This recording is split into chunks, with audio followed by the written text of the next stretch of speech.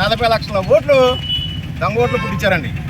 అది కూడా without Aadhaar card link లేకుండా చేశారండి. అవన్నీ సాక్ష్యాలతోటి మా అగ్రనేత రాహుల్ గాంధీ గారు ప్రూవ్ చేశారండి. మీరు చూసే ఉంటారు, నిన్న నుంచి ప్రతి ఛానల్లో కూడా మీ నేషనల్ ఛానల్ అందరూ కూడా రాహుల్ గాంధీ గారు న్యూస్ వస్తుందండి. ఈ విధంగా దేశాన్ని దోచుకోవడానికి ఈ బీజేపీ గవర్నమెంట్ పాటుపడుతుందండి.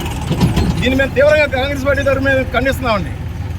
ఈ సందర్భంగా డాక్టర్ బాబాసాహెబ్ అంబేద్కర్ గారు రాసిన రాజ్యాంగాన్ని కొలదొస్తున్నారని మేము గట్టిగా నమ్ముతున్నామండి. ఆయన రాజ్యాంగాన్ని అమలు చేయకోకుండా ఎలక్షన్ కమిషనర్ ఆయన పరిధులు దాటి బీజేపీ గవర్నమెంట్ తోటి కుమ్మక్కయ్యి దొంగ ఓట్లు పుట్టించారని ఇందాక చెప్పాను మీకు. ఈ సందర్భంగా బీజేపీ కట్అవుట్ను కూడా బీజేపీ దిష్టిబొమ్మని ఇవాళ తగలబడడం జరిగిందండి. రానున్న రోజుల్లో కాంగ్రెస్ పార్టీ అధికారంలోకి వస్తుందండి. ఈ ఎలక్షన్ కమిషన్ రిటైర్ ఎక్కడ దాకా ఉన్నా కానీ తీసుకొచ్చి మరీ మేము శిక్ష పడేలాగా చేస్తామని చెప్పి మా కాంగ్రెస్ పార్టీ తరఫున మేము ధీమాగా ఉన్నామండి. జై కాంగ్రెస్, జై కాంగ్రెస్, జై కాంగ్రెస్.